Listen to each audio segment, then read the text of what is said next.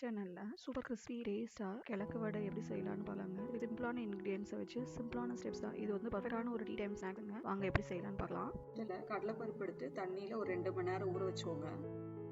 இப்போது நான் ஒரு 1/2 கிலோ கிழங்கு எடுத்து தோலை சீவிட்டு நல்லா கழுவி துருவி எடுத்துக்கிறேன்.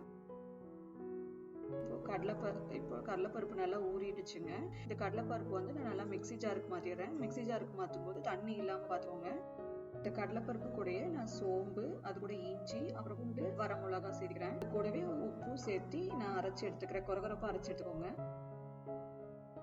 நம்ம ஆல்ரெடி துருவி வச்சிருக்கோங்களே அந்த கிழங்கு, அது கூட இப்போ நம்ம அரைச்சி வச்சிருந்த பருப்பு, இது கூட நறுக்கி வச்சிருக்கிற வெங்காயம், அது இல்லாமல் கருவேப்பிலை ஆட் பண்ணி மிக்ஸ் பண்ணிக்கலாம்.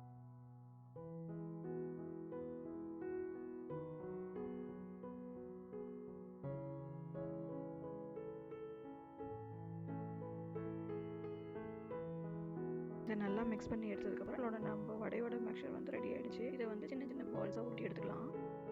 இப்போ வந்து ஒரு கடாயில் வந்து எண்ணெய் ஆட் பண்ணிக்கலாங்க. எண்ணெய் நல்லா சூடாகட்டும். சூடாகிடுச்சான்னு டேஸ்ட் பண்ணிவிட்டு நம்ம ஆல்ரெடி வந்து உருண்டை பிடிச்சி வச்சுருக்கிற அந்த மாவை கொஞ்சம் ஒரு பாலாக எடுத்து தட்டி கையால் தட்டி ஒரு எண்ணெயில் போட்டு நல்லா முறுன்னு எடுத்தோம்னா நமக்கு சுவையான கிழங்கு வடை ரெடி ஆகிடுச்சுங்க.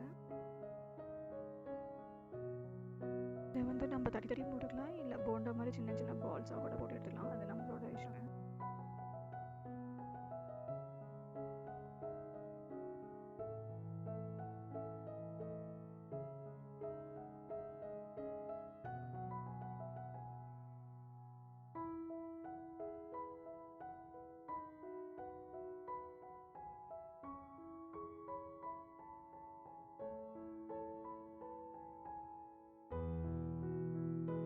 நீங்களும் ட்ரை பண்ணி பாருங்கள். உங்களோட வீடியோ கமெண்ட்ல சொல்லுங்கள். வீடியோ பிடிச்சிருந்தா மறக்காமல் லைக் பண்ணுங்கள், ஷேர் பண்ணுங்கள். நம்மளோட சேனல் சப்ஸ்கிரைப் பண்ணிக்கோங்க.